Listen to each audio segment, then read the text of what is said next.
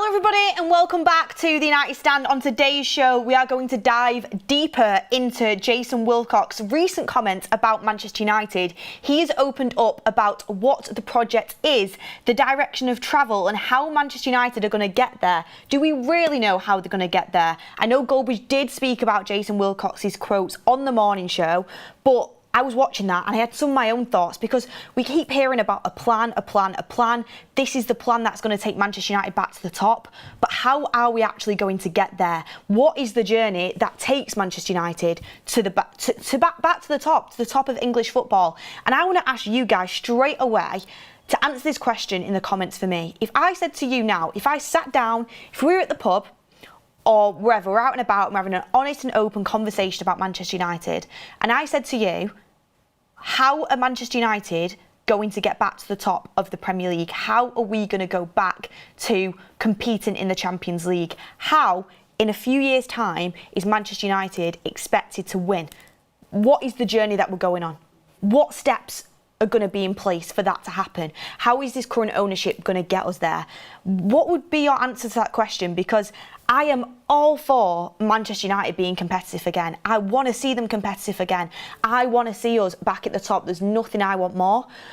But if I was asked that question, I'd probably have avenues I'd go down. I'd speak about the recruitment side of things, which is what Jason Wilcox did talk about in quite a bit of depth, to be honest with you. I talk about, Project 150, winning the title in 2028, but what are the steps that we're going to take to make sure that we're there?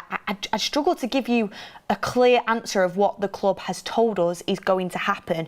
We are putting some things in place in the background that is making us a better club. There has been some steps taken of putting the right people in charge of certain areas. There's been better recruitment. There's been a new and improved Carrington, but there's so much more to be done. And sometimes you feel like 4 steps forward, 2 steps backwards, and what is the actual clear vision? It's just like with the stadium. The new stadium plans dropped, they came out. They look amazing. I know a lot of people were skeptical about the design and, maybe the big spheres on the aesthetic look of the stadium. But some of the plans that came out for the stadium, I was blown away. But how is that going to happen?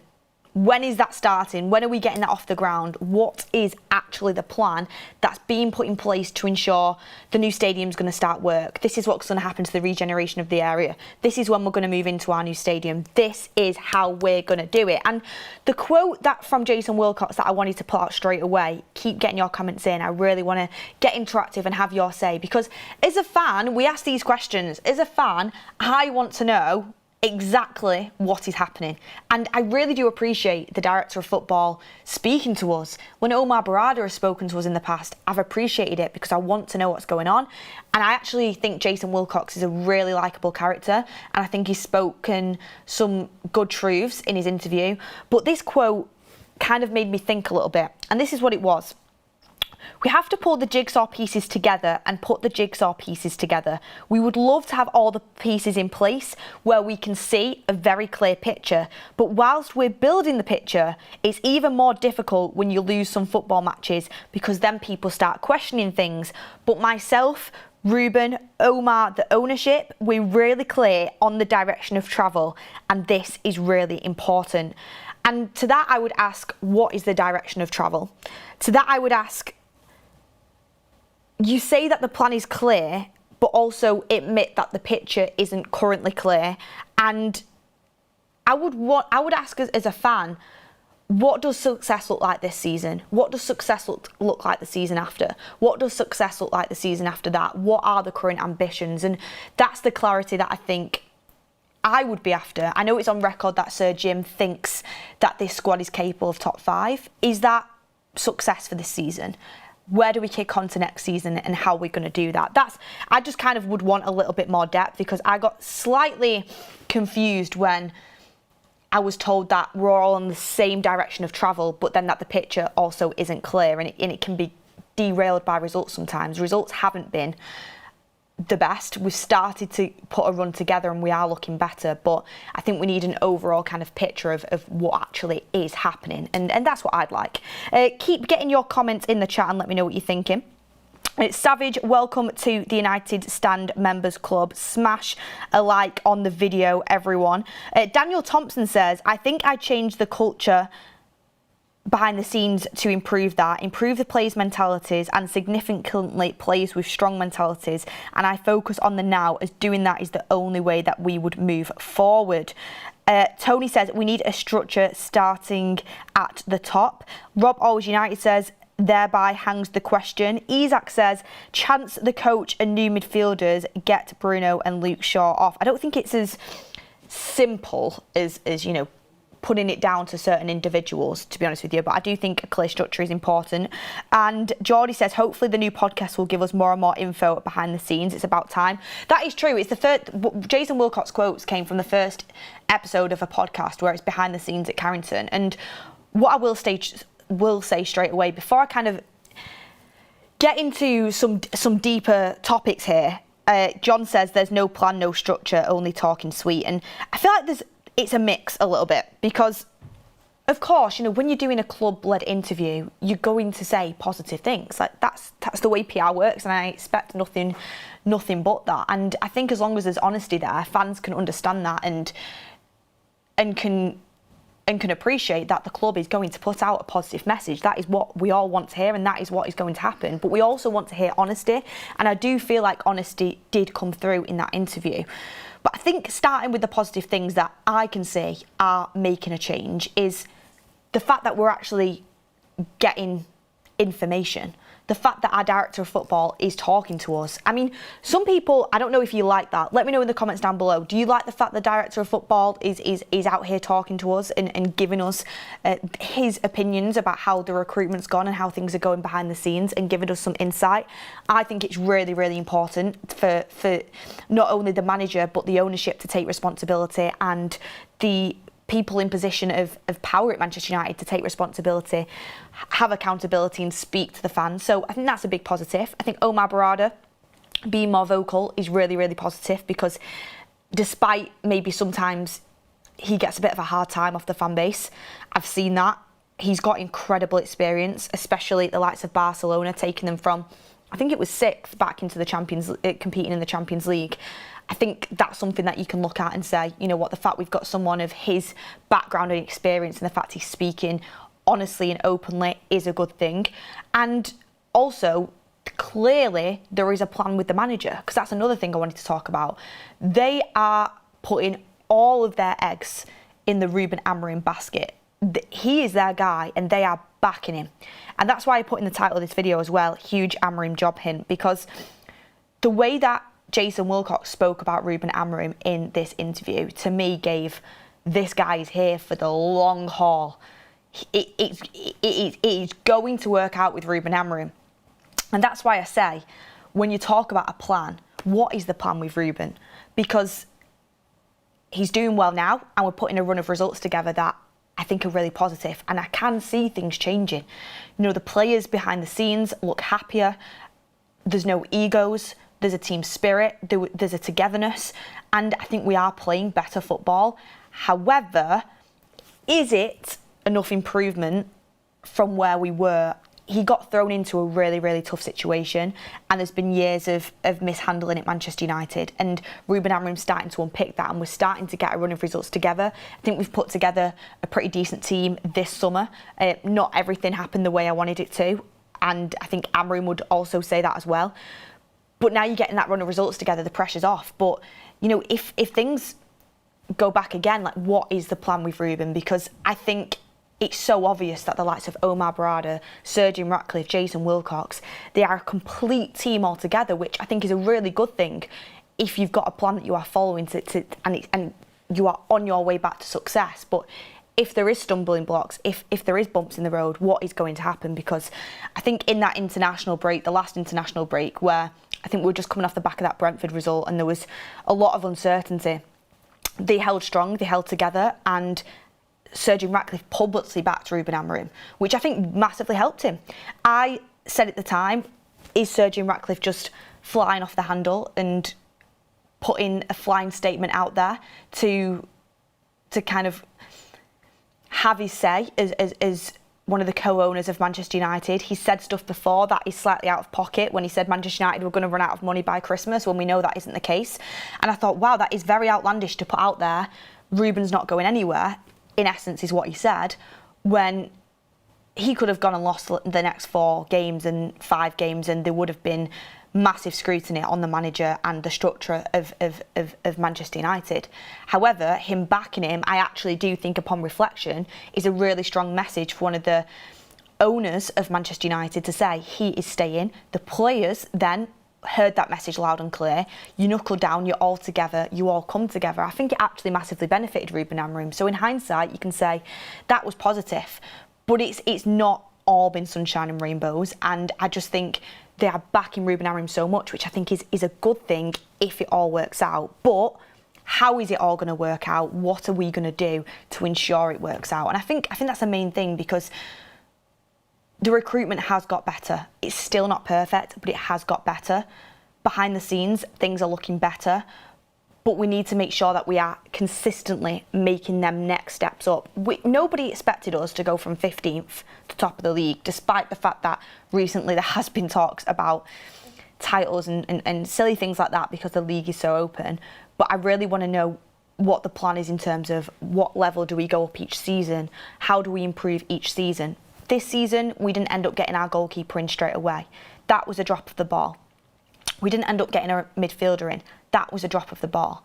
I think you look at the outgoings, we did really well. Cunha and Mbumo, exceptional signings. And you can all pat yourselves on the back for that, because I think that is where Manchester United are changing, and that is where we are massively getting better. Even if you look back at last summer as well, with some of the signings that we made there. But how do we continue to improve? Because it's not 100% perfect yet. And to get into that top 5, to then start challenging and get to the place of where a City are at and Arsenal are at, despite how good it has been to banter Liverpool recently. They just beat Real Madrid 1-0. Like, people talk that saying that the Premier League isn't as good as it was. Liverpool have gone and beat a Premier League side that have been struggling as of late, have gone and beat Real Madrid 1-0 in the Champions League, and Real Madrid, I think, have lost 1 game all season. So how do we get to that point? Because them clubs are all so far out ahead of us. That's a question that I would ask you, and I want to know from the ownership. I want Jason Wilcox, I want Omar Barada to tell me how and when we are planning to catch Arsenal, City, Liverpool, the teams that are so far out ahead of us, and the teams that we need to catch in order to win the biggest trophies, which is what is expected of us. So I'd love to know all those things. I think we're only getting a slight glimpse into what is going on, and I don't expect to know absolutely everything, but I want to be able to sit here as a Manchester United fan and say to you, well, this is the plan for this season, and we're probably going to finish in Europe. This is the plan for the season after that. This is the plan for the season after that. This is when the stadium's happening. The plans for the stadium are drawn up. This is when the regeneration project is starting. These are the types of players that we're going to be able to attract. This is where we're going in the transfer market. I want to be able to answer all them questions quite clearly. Right now, I think you can look at it and say, oh, that's improved.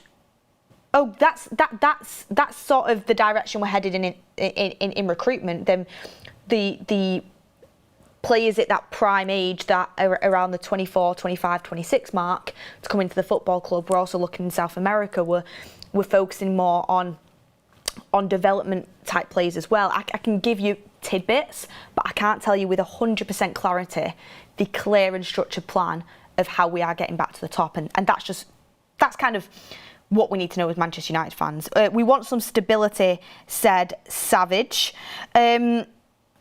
Simon Cox says the Glazers still own over 55% of the club. Yeah, they do, and that's not going to change. So I think that's as much as I think for everything to be fully reset, the Glazers would have to leave the football club. That it's not going to happen. So you just got to kind of hope that Sir Jim and INEOS are going to be able to do it themselves with the percentage that they have in the football club.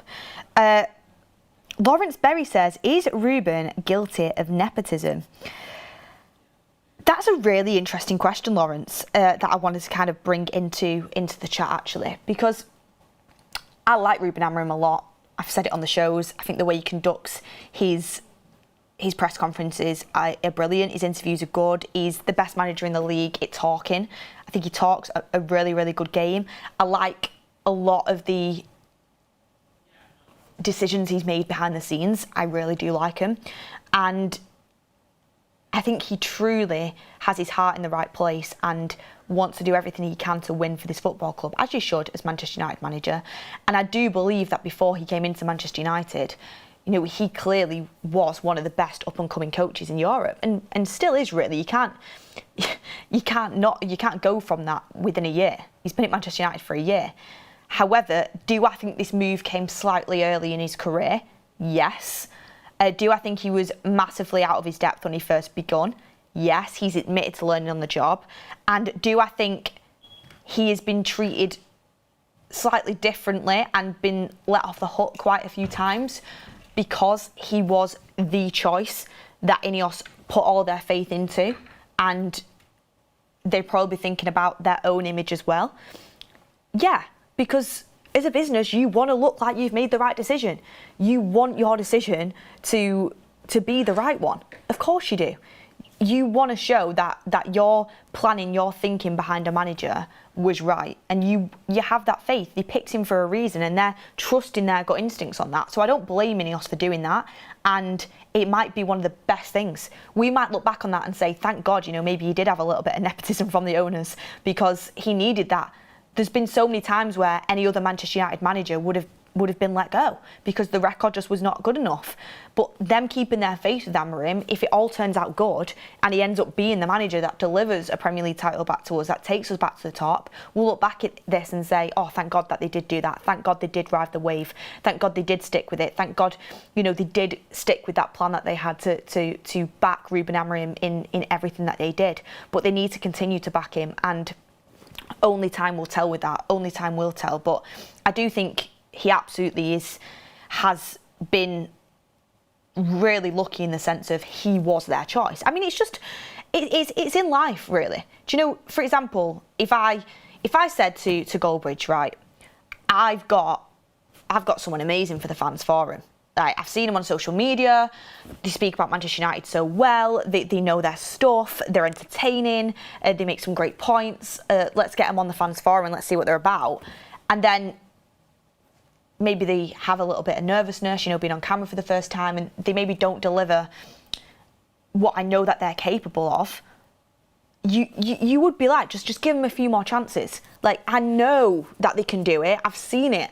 I've spoken to them. They know Manchester United like the back of their hand, and they can be entertaining. They're really personable, and I think with time that they're going to be able to grow into this role, and it'll be really beneficial to the shows, to the audience, to the community. And it's like, well, they've been on the shows for a few weeks now, and you know, I kind of feel like pressing the skip button when they come on the screen. And it's like, just wait. When you have put someone forward and you know their background, you are having these conversations with them and you really truly believe in them, then you always are going to get that little bit of favouritism. But it could work out in a really good way if they are on the right track. We have Ben in the... Oh, Ben, I'm trying to have a serious conversation, Ben. Ben in the super chat says, you look cute so when you passionately talk about your club. By the way, Beth, are you single? Do you know what? Are you serious, mate? Are you serious is what I would reply to that. Do you know, sometimes I just ignore these type of super chats, but I've spent 18 minutes talking about Manchester United passionately, as you have yourself admitted in the comments there, and trying to talk to the community and come together with a sort of conclusion about how Manchester United are going to get back to the top and what we can read into this really insightful interview by our director of football. And I get asked, are you single? Do you know what? I'll take it as a compliment. I'll take it as a compliment, Ben. But I'm not answering your question, but even if I was, Ben, I wouldn't be going for somebody whose first thing is to just come straight in with that question. You know, what happened to small talk? What happened to hi, you're okay? Oh, you know what, I think this about Manchester United. What happened to sticking to the chat that we're having, Ben? Nah, I'm disappointed in you, Ben. I'm disappointed in you. But anyway, thank you for your super chat. I wanted to bring into this conversation as well what Omar Barada had to say, and I thought it'd be a really good time because we'd not heard too much from Jason Wilcox. He's opened up about the direction, the clear vision. He's backed Ruben Amorim massively. We know that Jason Wilcox has kind of took that step up since Dan Ashworth departed, and he's got a really significant role at the footballing club. But Omar Barada really is the guy that reports back to Sir Jim Ratcliffe. After Sir Jim Ratcliffe, Omar Barada is top of the tree. He's top of that tree, and they're all aligned, they're all on the same path, but I wanted to kind of bring in a little bit of the background that Omar Barada told us about Project 150. So this was outlined in September 2024, so it's just over a year later now, and I feel like we've not got much more clarity than what we were told a year ago. So Barada said that he wanted to mark Manchester United's 150th anniversary in 2028 by winning both the men's and women's league titles, aimed to emulate a Barcelona turnaround between 2003 and 2006 when they went from 6th place in the Champions League. 6th place to the Champions League winners within 3 years. He said, "We have 2 or 3 summer windows to build a team to start competing to win the Premier League. It's better to aim high than have no target at all." Obviously, he's not involved in the club anymore, but Sir Dave Brailsford unveiled a plan to staff at Manchester United called Mission 21, which aimed ambitiously at delivering a 21st English League title for the club in 2028. So Manchester United last season finished in their worst domestic campaign since 73-74. We lost the Europa League final to Spurs, which was around a 90 mil revenue hit, by the way, on that. And we finished 15th in the Premier League. So to go from 15th to winning the title in such a short space of time is a really, really tough challenge. But I think you can do it if you conduct yourself behind the scenes in the right way. And what really sticks out to me is he says, "We have 2 or 3 summer transfer windows to build a team to start competing to win the Premier League." So this was in summer 2024 that he spoke about this. Well, it was September 2024, so late summer, early autumn, whichever way you want to put it around. So we're just over a year later now. So we've had the first summer transfer window. And do you know what? It does boggle my mind sometimes that the January transfer window just isn't even really kind of talked about. We did do business in January. We brought Patrick Dorgu in. I'm hoping we do business again. I really am, because I think we're in desperate need once again of a left wing back, and I think we're in desperate need of a midfielder, so I'm hoping we do business again. But he's talking about summer transfer windows here. By the way, we bought our best signing of the last decade in a January transfer window in Bruno Fernandes. Like, you can buy well in January. If I'm pretty sure, didn't Liverpool buy Van Dijk in January? I'm going to search it now. When did Liverpool buy Van Dijk? January 1st, 2018. So, you know, there's some big players can be bought in January. So, it kind of frustrates me that we don't actually, you know, kind of consider that. But if he's saying we need 2 or 3 summer transfer windows to compete for a Premier League title. So, we've had one now, this year. Coming up next year, we're probably going to be looking for the 2 big midfielders, and I also say maybe a backup striker. I mean, this is a thing, because I still think Manchester United, it probably is. You're going to be leading into that 3rd summer window, which is slightly frustrating, because if we would have got the midfielder in this summer, and I know money doesn't grow on trees, we could have focused more next summer on other areas, because the midfield is going to take up such a big portion of our budget in the summer that there's not much room for anything else. Because if you're thinking about it, you're going to get 2 midfielders in. Let's say you spend £150 million on 2 midfielders, which I think is what it's going to cost. Say if you get Elliot Anderson for 90 and you get another player for 60. Let's just call it 150, maybe overestimate it a little bit. You've probably got around £50 million left to spend on other players. I still think we need a left and a right wing back.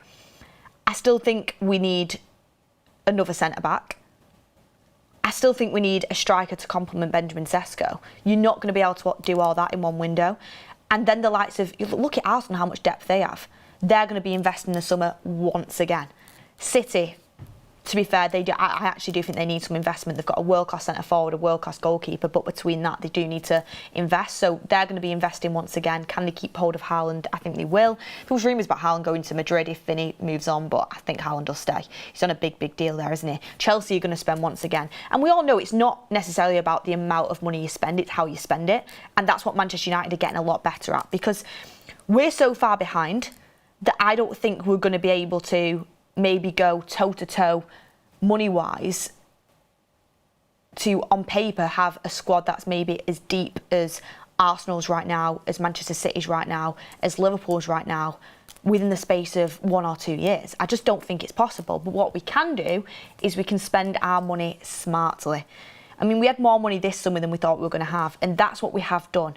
And Mbeumo and Cunha, super smart signings, really good signings, 65 million each. It's still expensive, but massive, massive impact. Seny Larsman's £18 million. Literally come in and been fantastic. Time will still tell, it's still early doors, but the scouting department deserves a massive round of applause on that one. Benjamin Sesko, I think we paid slightly over, to be honest, from what we've been delivered, but I'm hoping that's going to pay off in the future. The recruitment has got better, and that's how you get better at it, is how you spend your money.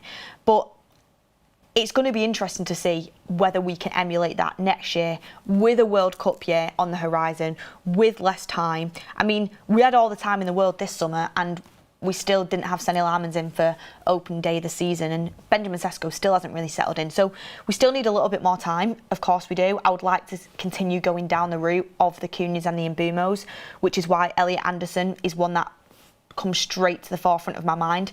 It's exactly why in that January window, when we were linked to Patrick Dorgu, but also Aït-Nouri was available from Wolves because of his contract situation, and it's like Aït-Nouri literally plays on the left-hand side with Cunha at Wolves, and you can probably get him out of there for, what, 35 million at the time, maybe 37 million, but we spent 10 mil less, like maybe 7 mil less, and we went for a Patrick Dorgu, but I personally think that Aït-Nouri would have delivered at a much higher level, Premier League proven, and still at a young age. So I still think there's areas we can improve, but it's that direction that we're going to take. How are we going to match up to teams that are still so far ahead of us, and signing players like the Mbeumas and the Cunhas, and using our history of Manchester United, getting that Champions League football.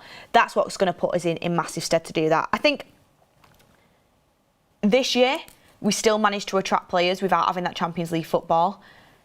Next summer, to get the players we want and really kick on to the next level, that Champions League football is so, so important, which again is where January comes back into it. And I would have liked to hear Jason Wilcox speak a little bit more about January as well, because if you speak about January can actually enable us and give us additions to help us get into Europe, which can then help us in terms of money for the summer. It's all a domino knock-on effect.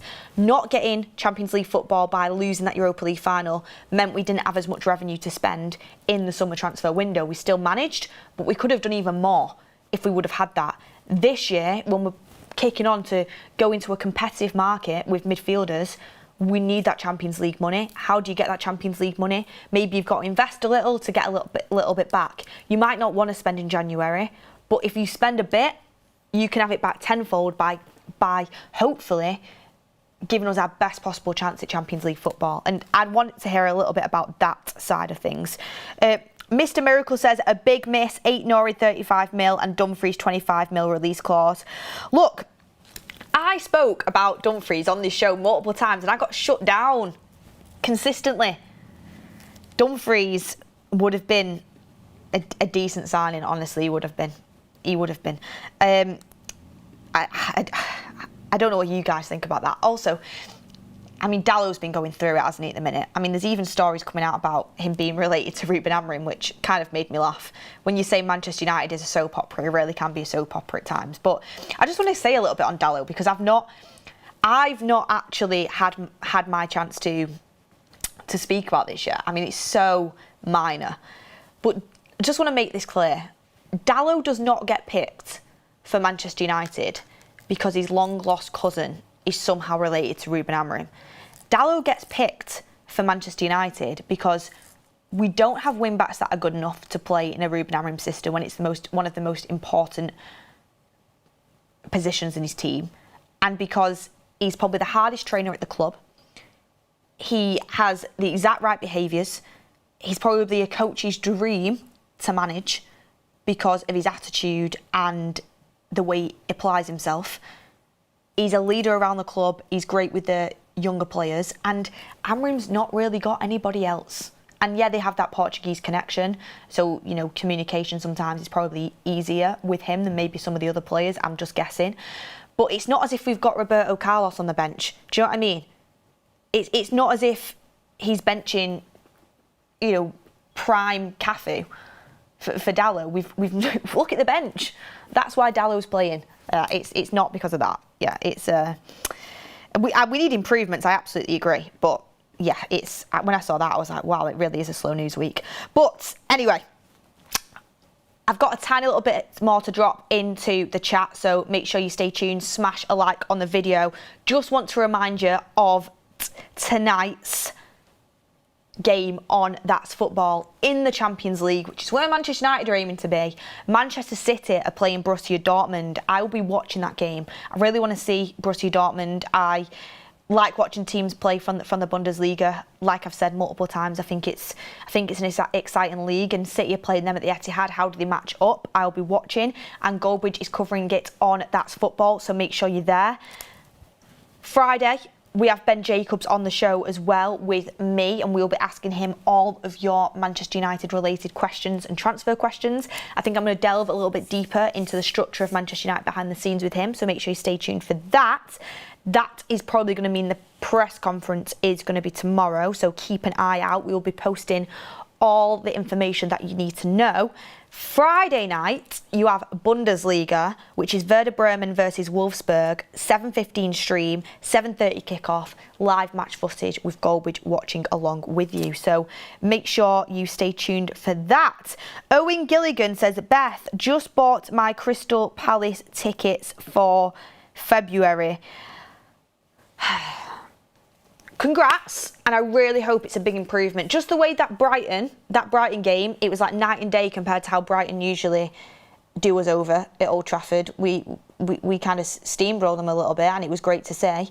Crystal Palace is a team where I'm lucky enough to have a season ticket United. It's a game that every single year lets me down. It's always such a bore fest when we play Palace at Old Trafford, but I'm hoping it's going to be a big turnaround for you. Honestly, I had a right nightmare with my ticket last year as well. I won't bore you with the story, but something always happens when we play Crystal Palace at home. I'm hoping things are going to change. Did you know Crystal Palace actually was the game where I think we got beat 3-1, and I sent in a clip to the United stand because I wanted to come on the channel, and that was the game that got me on the United stand. Mr. Goldbridge seen it, and he obviously saw something, and I've been here ever since, in and out, but here permanently now. Random Fish says, I get what you're saying, but I can't imagine the club risking it.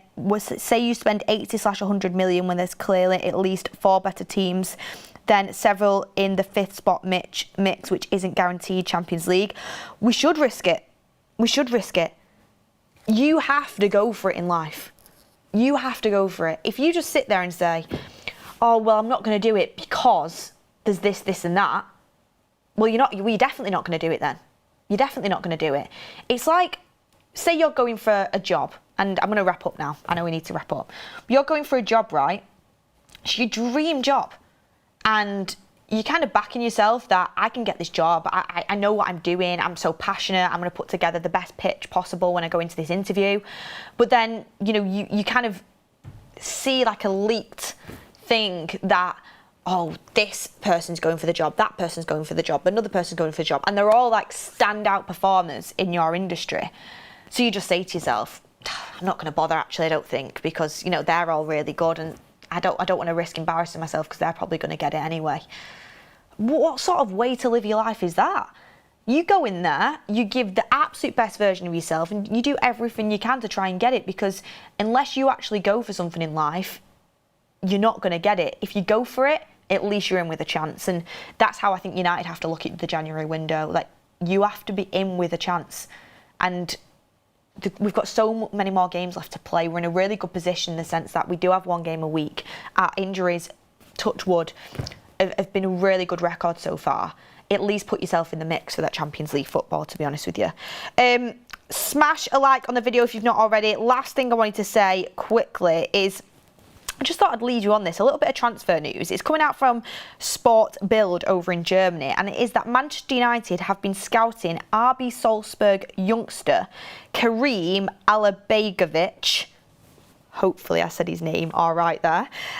Signing him will be problematic. Leverkusen intend to beat any side to the 18-year-old's signature. He's born in 2007, which is crazy. 6 years younger than me, and he's out here being scouted by United. Can you believe it?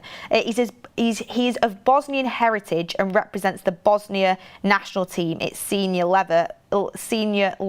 He plays primarily as a winger/attacking wide player, often on the left, and is reported to have good two-footed ability and directness. So, do you know what? I spoke about on the show yesterday about getting these types of talents in before they blow up.